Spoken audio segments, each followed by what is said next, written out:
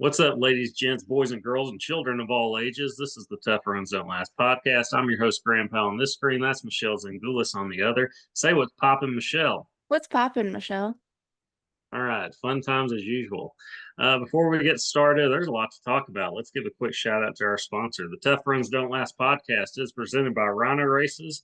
Rhino Races is a virtual race series that offers 5 different races: a 5K, 10K, half marathon, a marathon, and the one of a kind Rhino Ultra.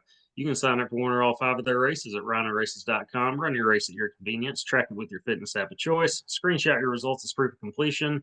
Submit that screenshot to rhinoraces.com under the submit results section. Once your results are verified by Rhino Races staff, your reward will be shipped to you by mail. Also, check out their gear section while you're there for t-shirts, wristbands, decals, and more. That's rhinoraces.com. Rhino Races is the premier virtual running series, and you can find us, the Tough Runs Don't Last podcast, on Spotify and Apple Podcasts. Subscribe to the YouTube channel. Follow us on X, Instagram, and TikTok at TR Don't Last. Okay, that's always a fun mouthful to say to start off the show.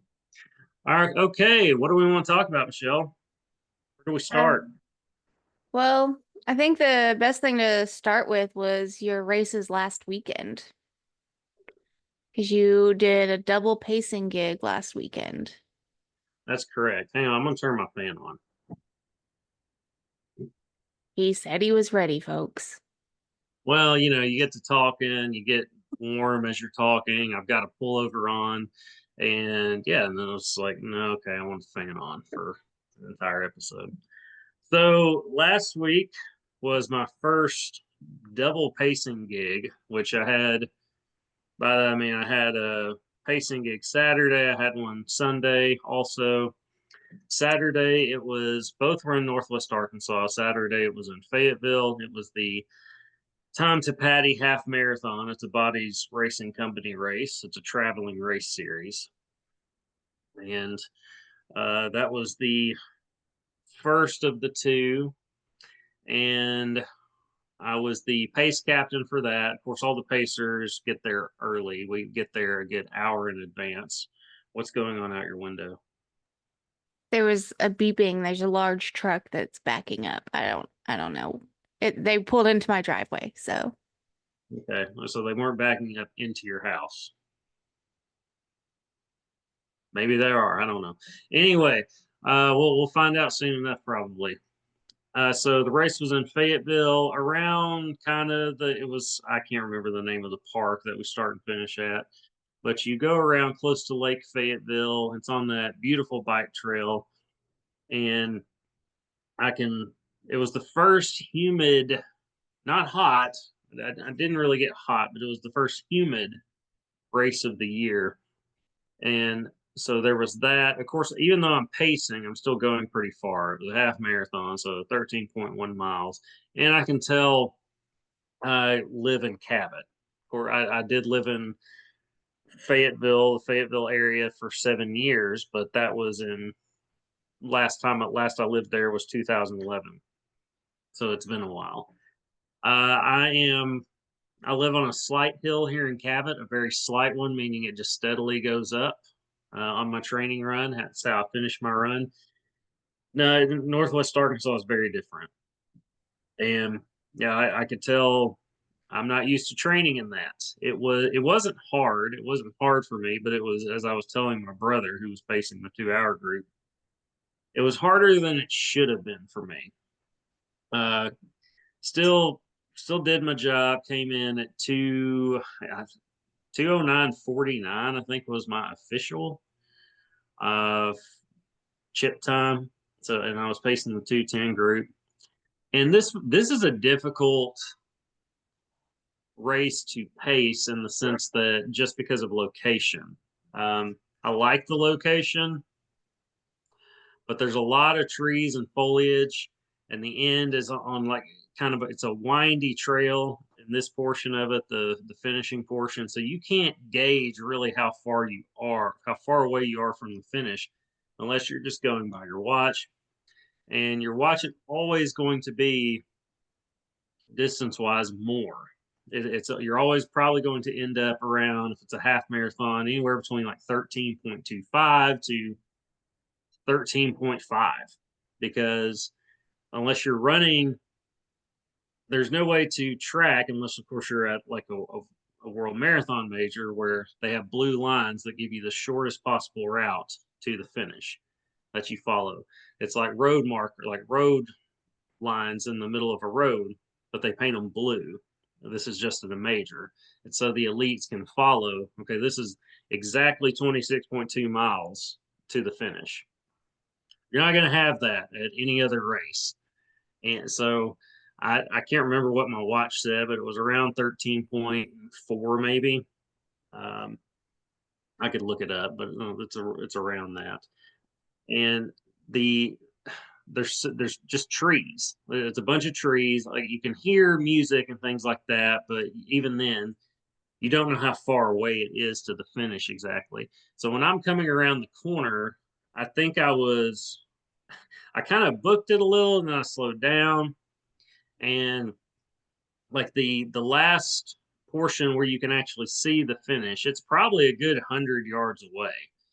So you've still got a little ways to go. But so I banked enough time to where I could come in and just really kind of coast to the finish. I didn't have anybody with me at that point. Um, I had people with me at the start. They kind of drifted back as the race went on. It was one guy who kept me company the good first half of the race. Uh, Desmond is his name. His name is Desmond. He is a preacher in Springdale. You could tell by talking to him, very personable guy. You could tell by talking to him, he's not from here originally. He's from South Africa, which was, I love their accent. They have a excellent accent. Maybe it's a top 5 best accent in the world. I would say top 3, maybe number 1. It's very unique, uh, very cool. Got to know him for a good portion of the race. I can't remember this guy's name. He had a very unique name, and I can't remember something. Yeah, not even gonna try it. It was unique, but I finished alone as really pacers should, because you either want people to finish ahead of you or just try to keep up with you, just within eyesight of you. But um, this is a smaller event because they are new to Arkansas, but it's bigger than it was last year. So I see that as a sign of growth. The North Little Rock group. And had I known that they were going to be in North Little Rock, I probably would have just done that one also the next day. That way I wouldn't have had to get a hotel, etc. But in Fort Smith, but I like that race, even though I don't have the greatest. I almost got hit by a car the last time I did it. So, but we'll get to that later. But this was a fun one. It was humid. It was a good time. They had, uh, I guess they're owned by Monster. Is Rain the energy drink? Are they owned by Monster? I think it's its own separate company. Well, they were together. It was like a Monster and Rain truck. So that's what makes me Oh. say that. And I only say that because, well, they had. Am I correct in that? Yes. All right. I only know that because there were these guys, these 2 guys that looked college age. Um, one of whom just was really fit, just based on the way he looked. He came in and finished, and we were just shooting the breeze. It was me and my brother, and when those 2 came up, this monster truck was there, just handing out free energy drinks. And I'm not an energy drink guy at all, just because they're not good for you. But they sold me on, hey, this is they didn't say this verbatim, but this is how I translated it. These are energy drinks, but they're not as bad for you. That's how I translated it. And I said, well, sure, it's free. I'll give it a shot. It was 0 calorie, the kind of thing. So I took, they said, here, take a few. So I took 2 of them. My brother took at least 3. He kept saying, I'm going to go back for more, and I'm going to calm down. But they were handing them out to get rid of them. I think he only left with 3 or 4. But they had a strawberry apricot one that was delicious. I can't remember the name of it. It's by Rain. I was seeing if maybe you had it pulled up or something. I don't see that flavor on their website. What's the So, name of um, there's one that's called Red Dragon. it? No. And I mean the name of the actual drink. It's Rain. It's just Rain Energy, total body fuel. I think it had another name or like a specific name. It's their version of Celsius. But either way, I got a strawberry apricot. It was good. I have a kiwi one in the fridge that I'll probably break out one day when I do either my Tuesday night podcast or want to pump out a study session and don't want to go buy a $7 coffee, or just make my own here. Um, but it was very good, and I talk about the two other guys because I was blown away by how tasty it was. I was like, man, this is really good.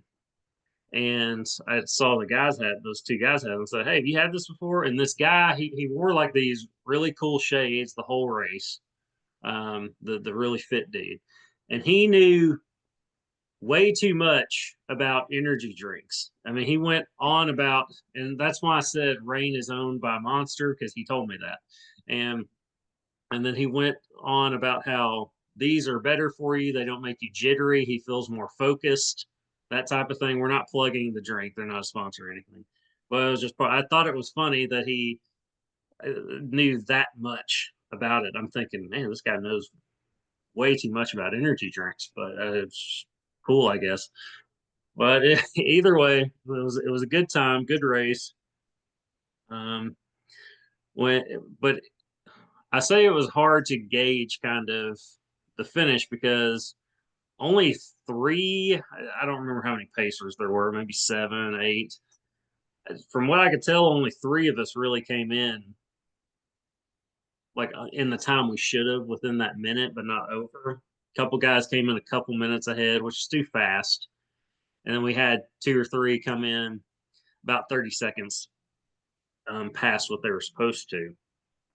Um, but that's a difficult race to gauge. I take a lot of pride in that I've never come in over. I've never come in um, faster than a minute ahead. So take a lot of pride in that as a pacer. But the following day, Sunday, really tested that. That was my toughest test as a pacer. But Saturday, going back to the Saturday race, we left Fayetteville, my brother and I. Of course, we rode there together. I crashed at his house the night before. We get back to his place, and I basically had time to shower, get something to eat really quick, which they had made. Aaron, his wife, had made pasta the night before, so I got to have some of it. Well, I actually took it with me and had it as dinner, but my niece made some salad, so I ate some salad before I left. But I basically had time to go back and shower, pack up, and hit the road. And I made it a point to, my dog was with me, but I made it a point to take as little as possible out of the car. And that way it could just be easy to load up and I wouldn't forget anything and hit the road. Even though if I did, and I told them this, I said, hey, if I forget anything, good news, I'll be back in 2 weeks. So, um, yeah, but hit the road, got into Fort Smith, pretty good timing around 4 o'clock or so. Went and got my packet, went and checked in at the hotel, um, went and got food, and basically wound down from there. And following day, Fort Smith, there was a storm coming in. It didn't hit me. You had told me I was going to be driving back in basically a crap storm and some bad weather, and I got nothing. It was sunny the whole way back, so I was happy for that. But there was a cold front that came in to Fort Smith that morning, so it wasn't humid really. And in fact, it was a little cool, but not cold. Um, it was cloudy, but weather-wise, it was perfect. The race was great in really every sense. Lots of aid stations. Uh, I mean, you ran all through. You start and finish in like the historic downtown Fort Smith, which is a really cool area if you know anything about Fort Smith. It's similar to Fayetteville, it's downtown, in the sense that it's kind of similar, just look wise, but Fort Smith's is older and just it's kind of got a more rustic look, and which I like that. They had an occult shop in on the main street there downtown, and I did a double take at that as I was passing. Like, did I read that right? And it was a great turnout for pacers. I mean, we had a full crew for pacing, so that was pretty neat. Made for an awesome group photo. Of course, this was also a beast pacing event both days, and it was a really good race all around, except, and this was the big one, the mile markers were way off. Were really off. Um, at the end, around mile 11 and 12, were pretty spot on for the half.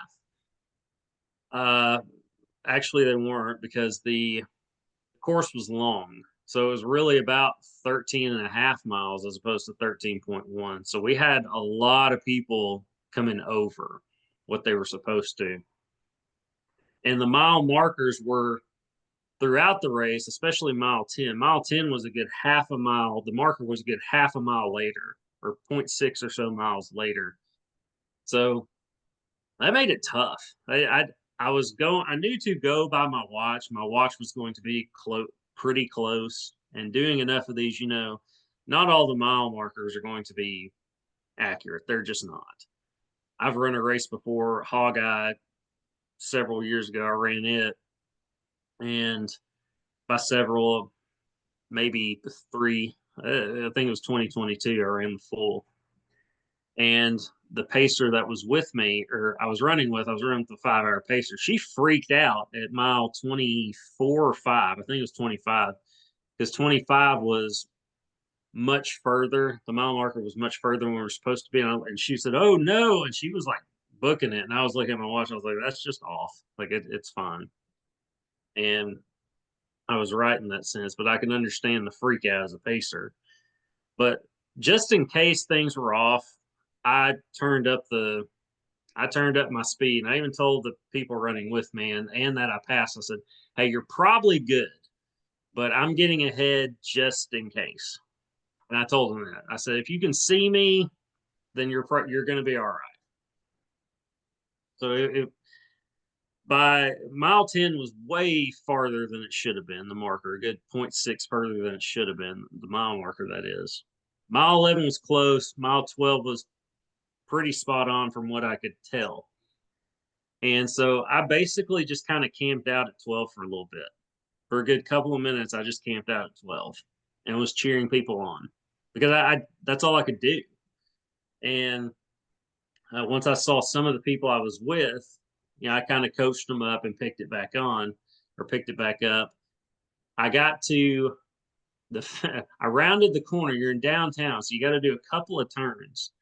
And when I rounded the last corner, I looked and I was like, "That's a lot further than than it says to my watch on my watch." So I really had to kind of turn it up to the end, or at the end. And I came in on time, did my job. I think my official time, this was the 2:15 group I was pacing. I think I came in officially at 2:14:39. The clock, which you don't go by the clock, because we started a good 30 seconds later than when they started, because it was a pretty good size race. It was 2:15:01 as I crossed the finish line on the clock. But of course, I'm looking at my watch, because I started as soon as I crossed the mat. Because you go by chip time, not your gun time. And I even heard the announcer say, "And the 2:15 pacer coming in right on time," which was kind of cool. But yeah, across the finish line. Um, when it went to the refreshment area inside the little pavilion that they have, and got a water. It was very, even though it wasn't as bad as Saturday was humidity wise, I was still very sweaty. And got some water, talked with some of the pace crew, and I get one of the guys I paced with the day prior in Fayetteville. He told me he came in 20 seconds over just because he looked and he was like, "Yeah, that finish is way further than it should be." And so a lot of people came in over. The marathon crew, one of our guys ended up running. It was essentially an ultra. He ended up running 28 miles because there's a spot where you're supposed to turn, and there weren't a lot of people there were some cops directing traffic, but there weren't people there directing runners where to go. And the guy I was running with, I was looking around thinking, which way do I go? And I just happened to turn left and see that the cones were a little ways down. So I was like, okay, we go this way. I can see how you'd miss that and maybe keep going straight or so. So I'm guessing that's where he got turned around. Maybe it was something somewhere further along in the course. I don't know. But we had a lot of people coming over um, the time they were supposed to. Not much. Pretty much everybody did their job the best they could. It's just what it is, and you're going to have stuff like that in some of these races. So really, it was a great race all around, except for that. I would say the mile markers were drunk, so fix that next time around, and probably has and maybe you're short on volunteers. I don't know, it's hard to get a lot of people together for this, but try to get somebody in these spots that are can be left up to interpretation as far as where to go. That would be my two critiques of that Fort Smith marathon, half marathon. Any questions, Michelle? I've been talking for a long time now. I don't have any questions. Um, my biggest thing is Comments. just I do have a comment. Um, as someone like because I don't keep like a specific pace or anything like that when I'm running, I'm not someone who looks at my watch very often.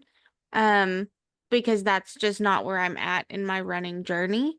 Um, and so I definitely pay attention to the mile markers, and that would really just like stress me out with them being so inconsistent because I will feel like this mile is taking forever and then find out it's because it's way more than a mile.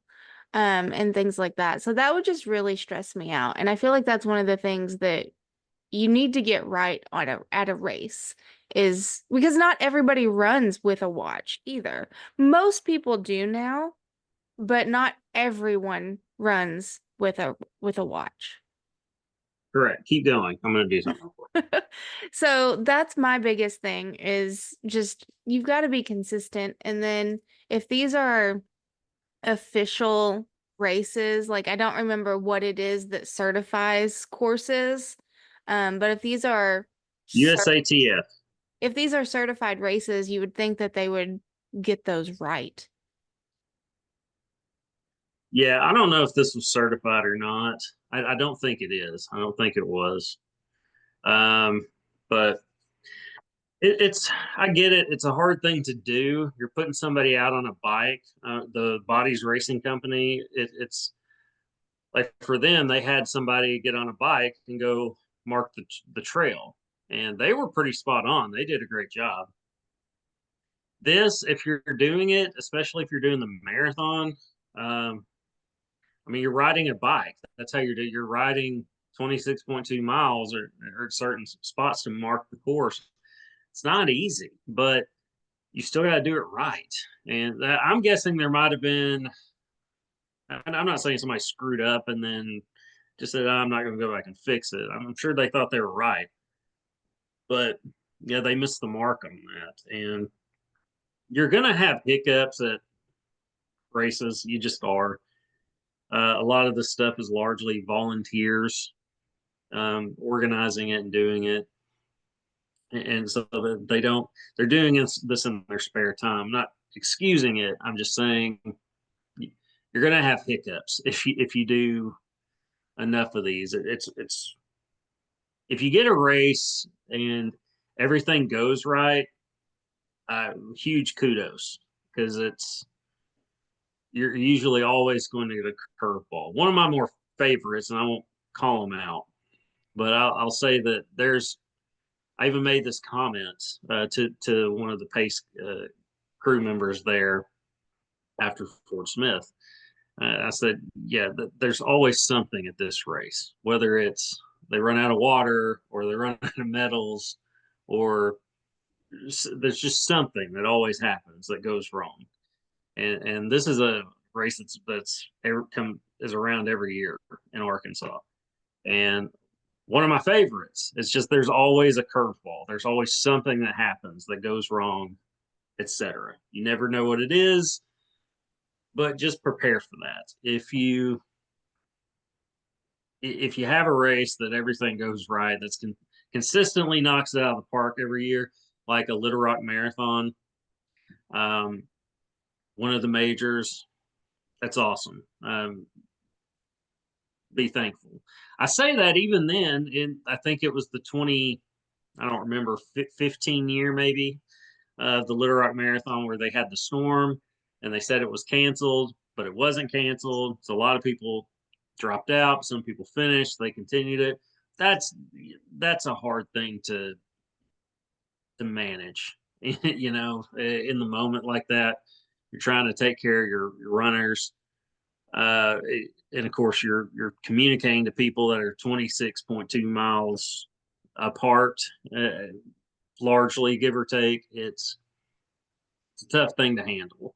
So there's usually always going to be something somewhere, especially this time of year, with the weather, which is kind of goes into, because you and I were supposed to have a race yesterday, a 1 mile race, but it got postponed due to the severe storms that we've had over the last 4 days here in Arkansas, really throughout the state, mostly in Northeast Arkansas on night one, which was Thursday, correct? And Wednesday night was the bad. yeah, Wednesday night, yeah. So, he, prayers for all of those people that had to deal with that, and everything else throughout the state. We had it the worst here yesterday, here in Central Arkansas. It was just winds and unfortunately, and flooding. Fortunately, you and I both kind of live on a hill, so we didn't have to deal with any of that. I got some limbs in my yard, but nothing big, like nothing major. So I'm very thankful to have never lost power. Had the lights flicker here and there, but did you lost power for a I little bit? lost power for a very short amount of time. I know there are some people in Little Rock and even here in Saline County that still do not have power because of trees and power lines down. I only lost power for about 30 minutes to an hour, which is not bad at all. My Wi-Fi was out for a while, but I still had power, which is great. But our biggest threat, I think, here in for us has definitely been the amount of rain that we've gotten. So a lot of flash flooding and just flooding in general has been happening. I mean, I drove through on the interstate last night and the interstate was flooded. And it's still flooded today. Like there were multiple cars that had gotten like washed away last night. So it's that is the scary part for us now. So I'm very thankful that the race was postponed because it does seem like the water is rising. And it's going to continue to do that for a couple of days before it starts to go down. So I'm very thankful that they postponed, even though now it's going to be in May, so it's going to be warmer and that's going to not be great for me. But I'm glad that they chose to postpone for sure. It was definitely the right call. I even commented on their Facebook page and told them that. I said, "Good call. See you next month." Yeah. I'd much rather run in sunny heat than who knows what we would have faced yesterday. No idea.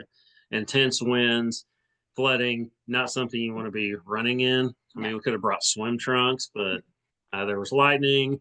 Would have been a bad idea. Yeah, it would have been bad. It would have been a terrible idea, Yeah. because it's not like everybody got together for a 1 mile race at the same time. You have 4 waves, and I'm Yeah. counting the kids run. You'd have 3 waves of people that were, what, 40 minutes apart.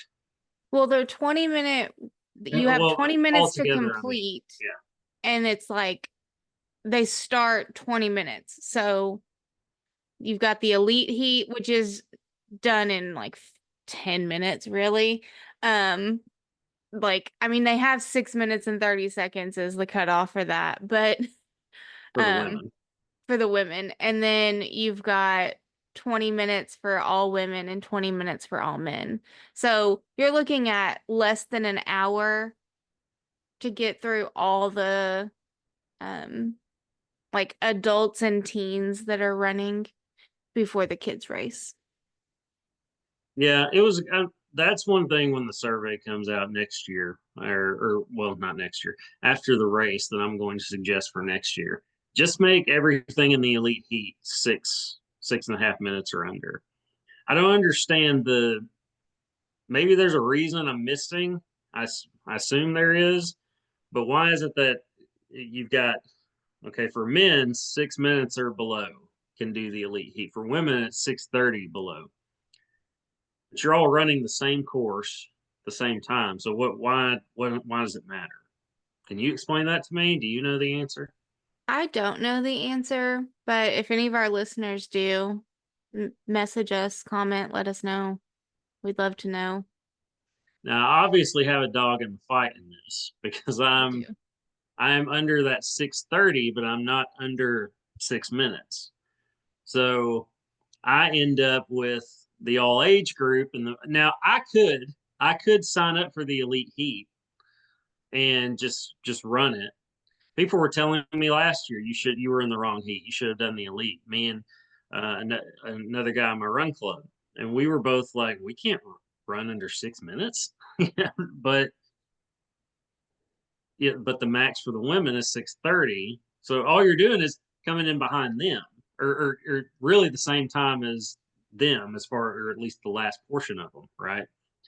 So you're not delaying things is my point. Like I get it if I'm in the way or if I'm delaying things, but I'm not in the way.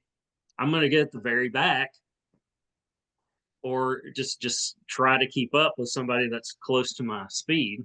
That would be female. Um, and if anything, I'd probably come in a little bit faster because of that. Because last year I came in, I think 6:26, maybe 6:23. I think it was one of those two. It was an odd number. Um, But the first portion of the race, first probably 30, 40 yards, I was bobbing and weaving through people because it's an all age group. So you got a bunch of kids that are just going up there with the friends at the very start. I mean, they're being kids, like they don't know. We're going to go, run really hard here. They don't know how fast they can go. So I'm bobbing and weaving the first 30, 40 yards before I can finally separate myself. And they're like, it's just, I don't know, it's not as big of an annoyance for me to complain or anything. That'll just be my suggestion around survey time. But they do a good job race wise. The good thing about a mile race, I don't like the mile race because you're just sprinting the whole time. But the good thing about it is you're over and done before you know it. I mean, as soon as you're starting to really hurt, you're like, oh, there's the finish line. So I mean that is the good thing about a mile race is it's fast. You get there and you get it over with.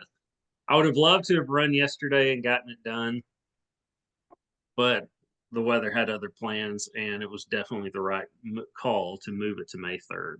So I this agree. is the Wildcat Extra Mile that is in Searcy, Arkansas. Were you going to say something? I just said I agree. Okay. Well, while you were talking, I was doing things that I should have done already in preparation for the show, but you did a good job of taking over while I was doing that. In fact, I'm probably going to do that here in a little bit. But I figured I'd show some of the medals from last weekend. Two of the medals. This is the Time to Paddy Half Marathon medal. It's a coaster, by the way. Like here's the little doohickeys on the back, but this is like the wood that you get on a coaster, which I thought was pretty neat. nice medal, but a little gold horseshoe, but middle's wood, and you just lay down as a coaster. So Yeah. thought that was pretty cool. I did get a comment on the Fort Smith medal because this is something the Fort Smith Marathon always does. They did this in 2019 when I ran that race. I'll talk about that one too while I'm thinking of it. But they do belt buckles as their medals. So it's a legitimate belt buckle. Yeah, it is. Yeah. So I mean, you can actually use it as a belt buckle. It says half marathon there. I can't get it to focus on that portion. But a nice medal. I have another one from 2019. From in 19, this ribbon was leather or pleather or something, which was very different. But yeah, so looks like we might have a part two to this episode. You gonna be okay with that, Michelle? I guess. All right, it can go as long as we need it to, but we got a few more things to cover here. But yeah, it's I want to getting when the last time I did it in 2019, it's the coldest I've ever, well, except for January of last year. Um, yeah, January of last year. At that point in my life, it was the coldest race I had ever done. It was 14 degrees and it rained the whole time. So I got sick after that. And I also almost got hit by a car. I don't remember what mile it was. A guy whipped around, just wasn't paying attention, and just turned and about turned right into me. I slapped the back of his headlight or his tail light. I was pissed. Like I was ready to fight pissed. Like I was waiting for them, like they hit their brakes a little further up, and I'm thinking, please get out of the car. Like I'm gonna fight you right here in the middle of the road. Like that's how mad I was. And before I could even really react, the woman bystander who was, I think, a volunteer helper cheering on, etc., she was way more fierce than I was. Like she got all over that driver, like for me on my behalf, yelling at them in their face, etc. And I just looked, I was like, oh, I'm just gonna keep going because she's got this taken care of. So that was that was interesting, but that was the first and only other time I did the Fort Smith half marathon. So better weather this time around. Um, but yeah, I'd say maybe get the mile markers straight for next year. But we'll be back in we'll be back here in a second, so bear with us. Little more to talk about on this week's show. So see you in a second.